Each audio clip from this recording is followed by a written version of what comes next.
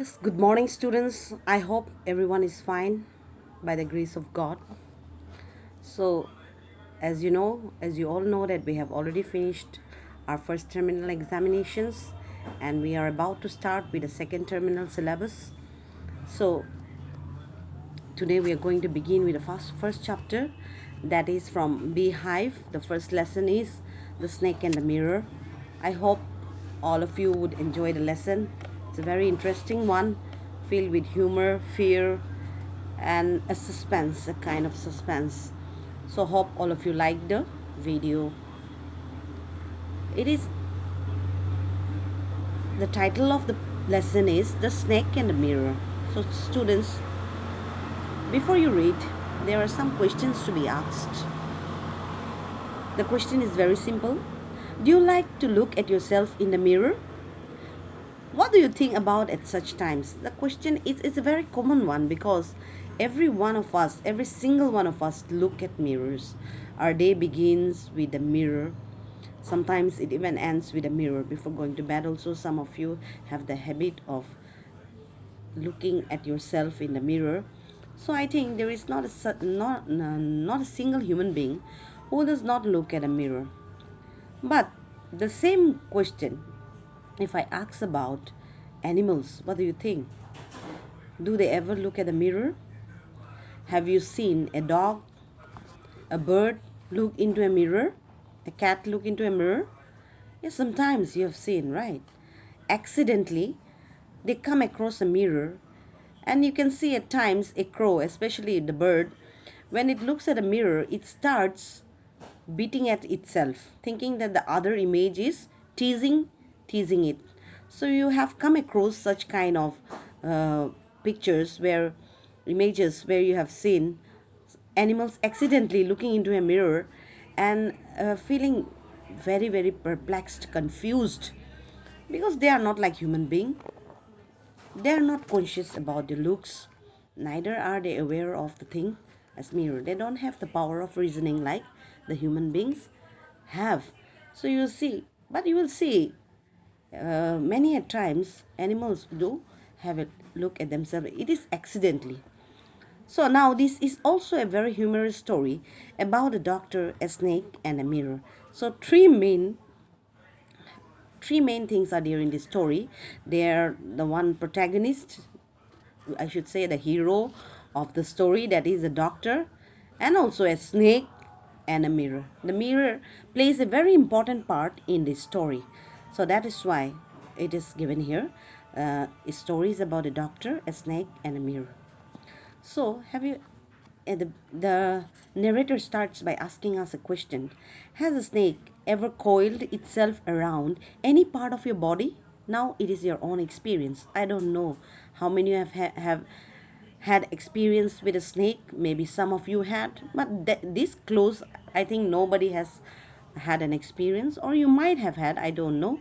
So, you he's asking a question. Has a snake ever coiled itself around any part of your body? A full-blooded cobra, and that also a live cobra, a cobra which is not dead but is alive. So all of us fell silent. So when they heard about a snake coiling around the part of a particular person's body, they all the there were some audience, there were some listeners at it when this conversation was taking place. So everyone fell silent. And who was asking that question? The question came from the homeopath. It came from a doctor who was a homeopathic doctor. The topic came up when we were discussing snakes. We listened attentively as the doctor continued with his tale. So the discussion did not simply arise. It arose because at that particular point of time they were all discussing about the topic of snakes. That's why the question came out, because they were discussing about snakes. We listened attentively as the doctor continued with his tale. So he started. Tale here refers to story which is told by the homeopathic doctor. It was a hot summer night. He began his story by saying that it was a hot summer night about 10 o'clock. I had my meal at a restaurant and returned to my room. So he said that maybe he was a bachelor at that point of time when when this incident happened to him. Now he's no more a bachelor, but at that point of time he was a bachelor and he lived alone. So most of the time he used to have his dinner in a restaurant and come back. So he came back, meal at the restaurant, and returned to my room. I heard a noise from above. As I opened the door, the sound was a familiar one. So he heard a noise which was quite familiar to him.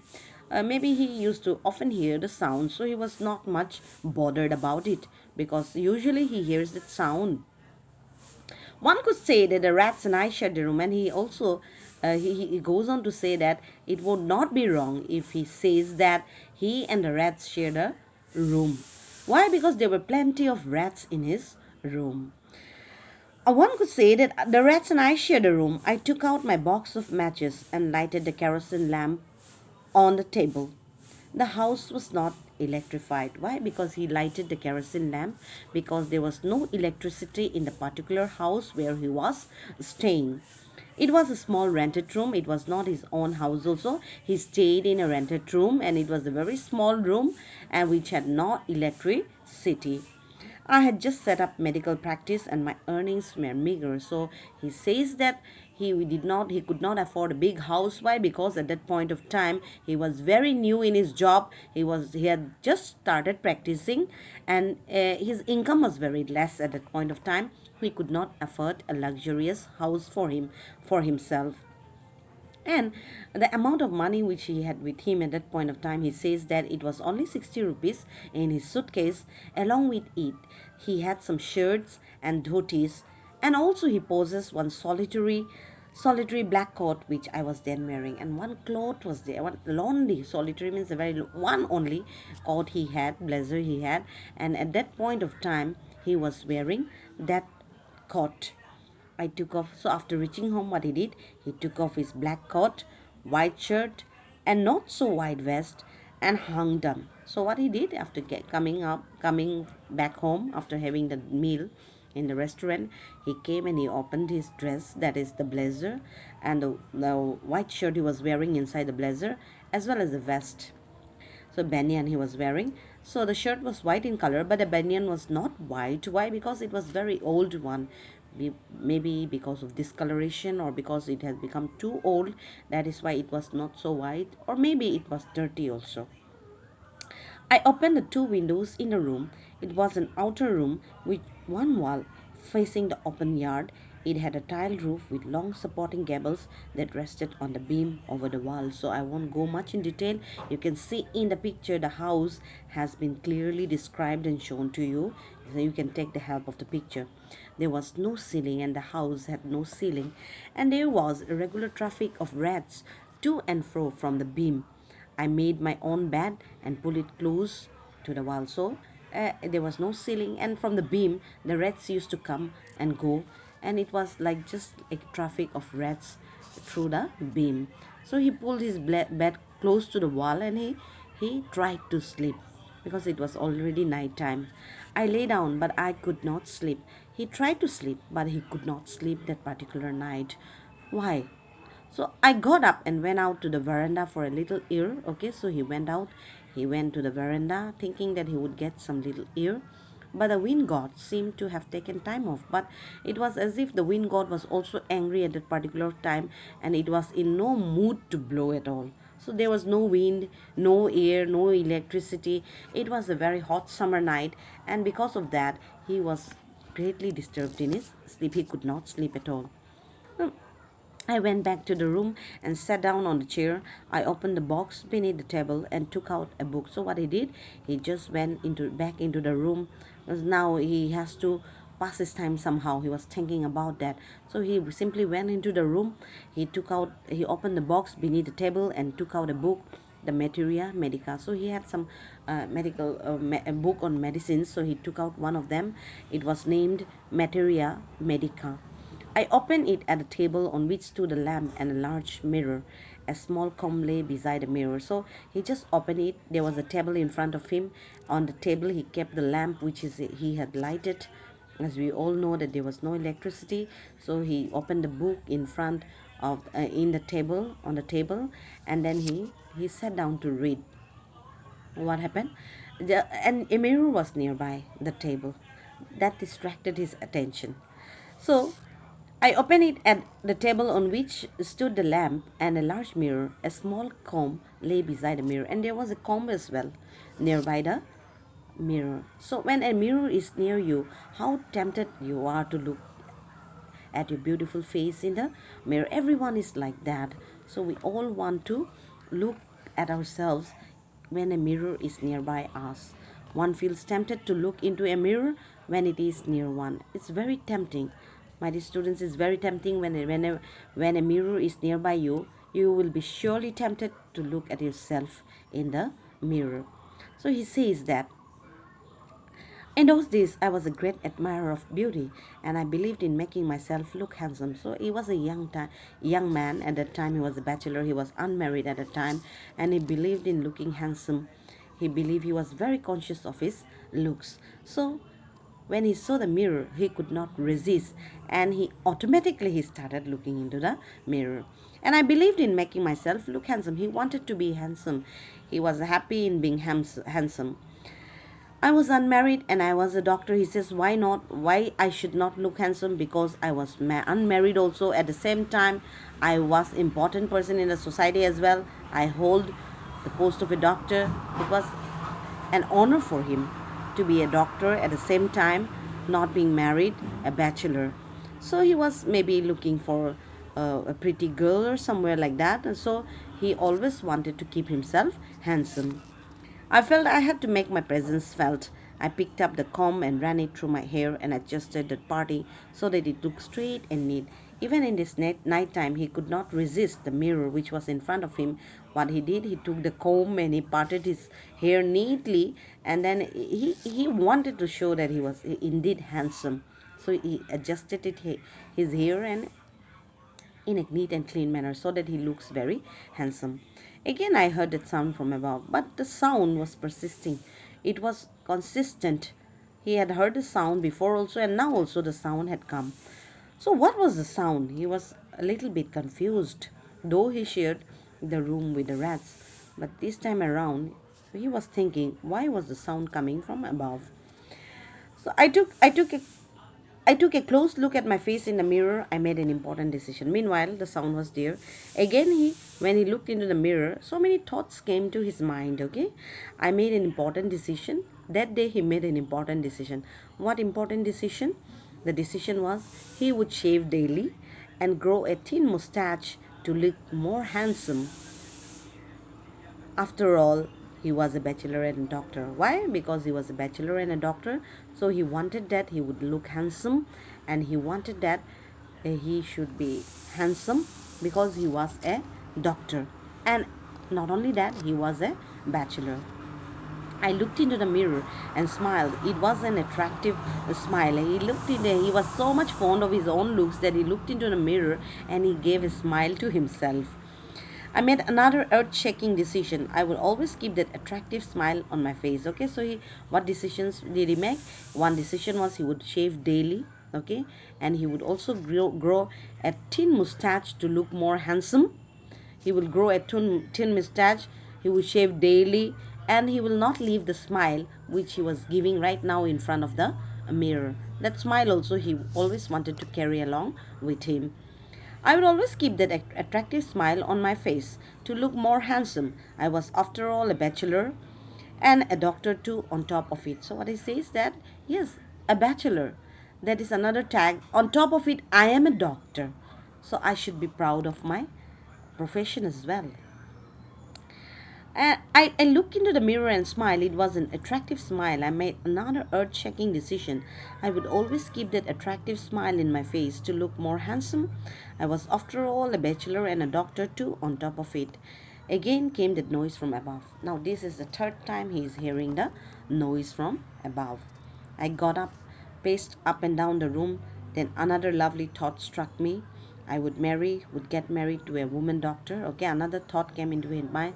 This time the thought of marrying. Okay, so what he says that he would marry a doctor who had plenty of money, and he wanted that his wife should also be a doctor like him, and she should have plenty of money and a good medical practice. So she should have a good medical practice as well as plenty of money. She had to be fat. On top of that, he has a very unusual reason for his wife to be fat. He felt that his wife should be fat. Why?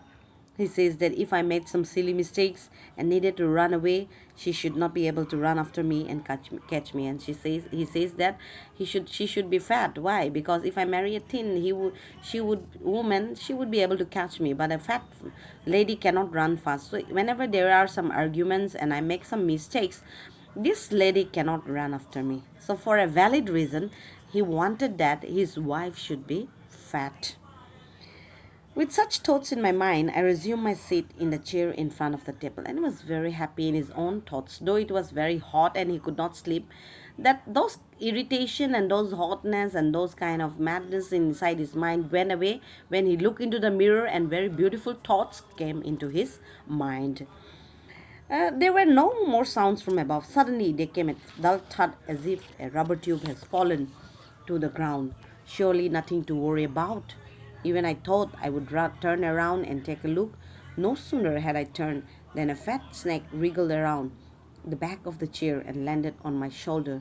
The snake's landing on me and my turning were simultaneous. So what he says that just when he was thinking of all these wonderful things of marrying a girl who had a good medical practice, of looking handsome, of keeping a thin mustache, and of doing all these things, just at this moment what happened, there were no more sounds which was heard from above.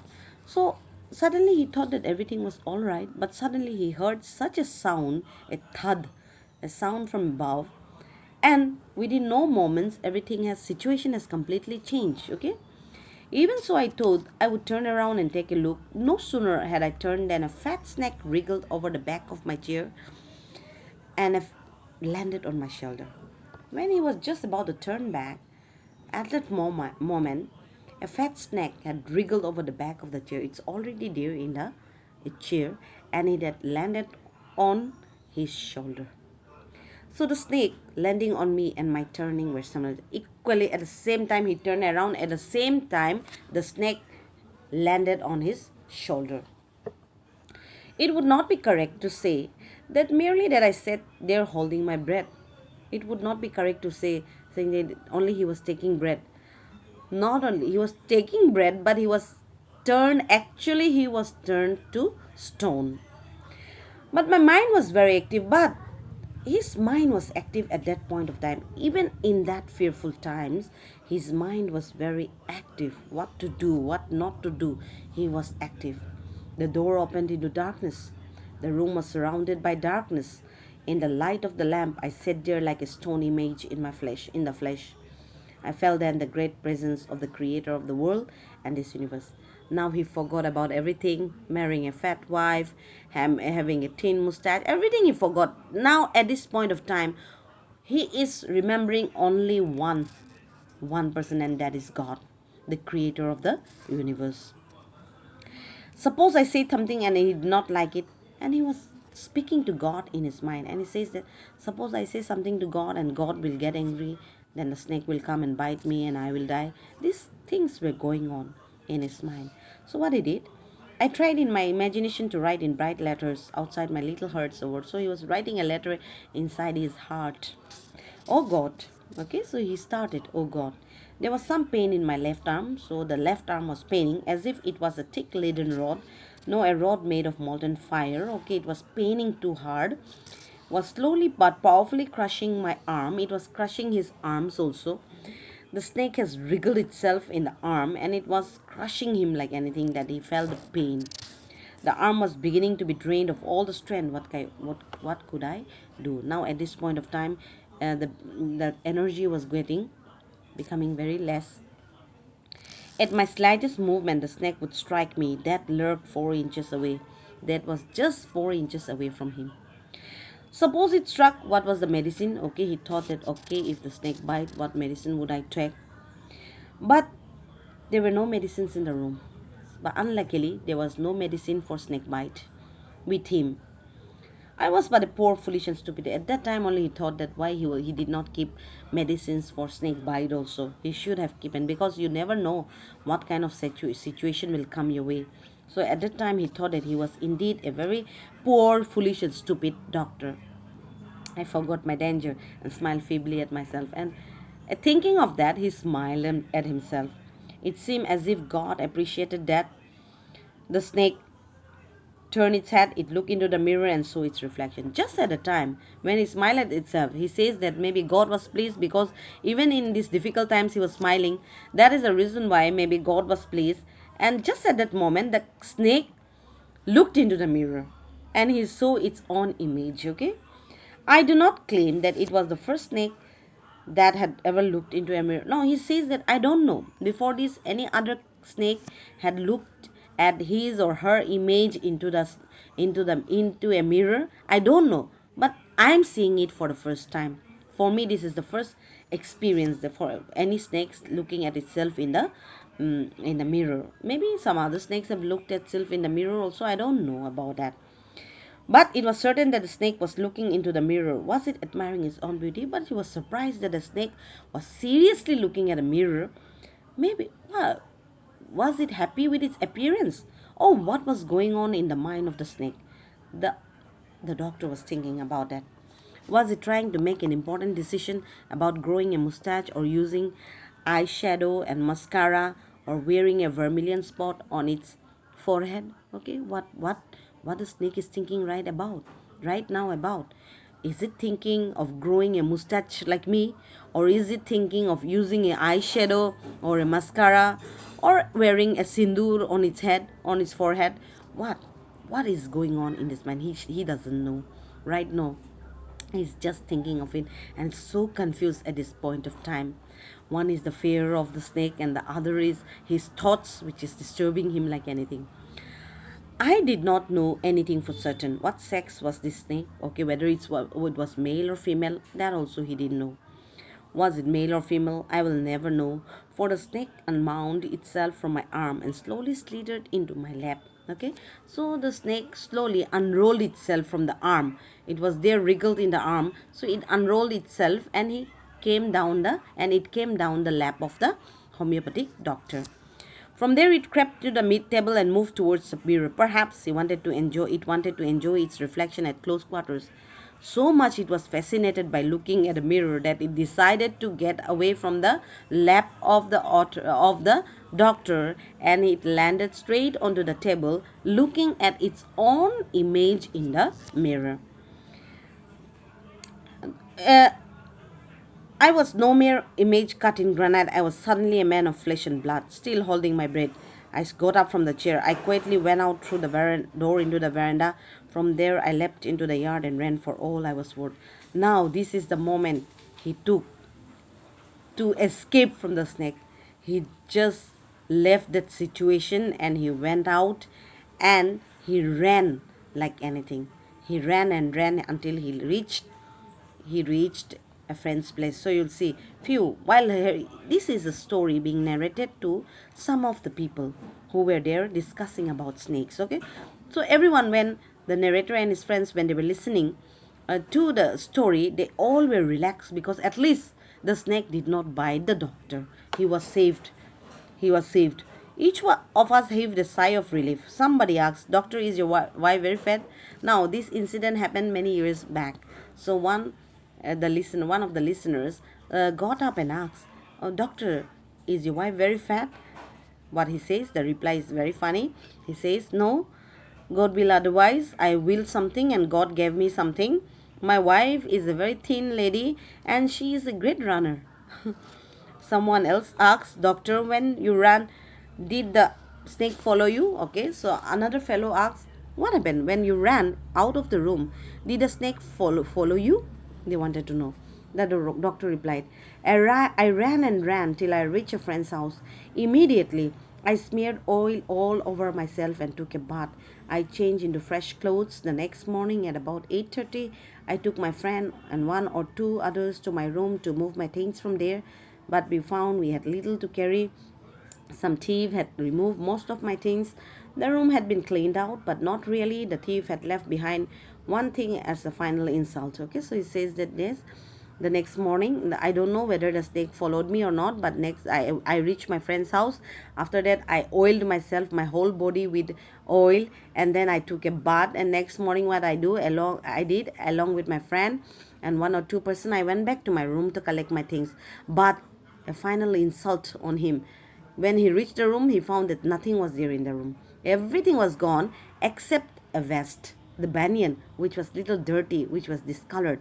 That was the only thing the thief did not take. Otherwise, all the other things had been taken by some thief. The doctor, what was that? I asked. The doctor said, my vest. Okay, the narrator asks, what was it? What was it that the thief left? He says that it was my vest, the dirty one. The fellow had such a sense of cleanliness. He gets angry, saying that maybe the thief was a very clean person. That's why he did not like my dirty banyan. Okay, the rascal could have taken it and used it after washing it with soap and water. He says, what a rascal. He could have taken it. If he's such a clean person, he could wash it and he could have used it. He was very angry because he had lost his things, right now at this moment, when he had to leave vacate the room, as well as his things also is gone. He's getting angry on the thief who had left the banyan. He says that he could have taken that one also. He could have used it after washing. What was the big deal in it? Did you see the snake the next day, doctor? The doctor laughed. I've never seen it since it was a snake which was taken with its own beauty. So they asked him, did you see the snake the next day? No. They say maybe it was so fascinated by its beauty that it was taken away with its own beauty. Never after that I have seen it. I have never ever seen that snake after the particular incident. So this is a story by Vaikom Muhammad Bashir, and it was actually written in the Malayalam, but it has been translated by V. Abdullah. Students, I hope all of you enjoyed the story, a wonderful story, a very interesting, humorous one, full of suspense, and I hope that you will read the lesson thoroughly in order to clear any kind of confusion. Thank you.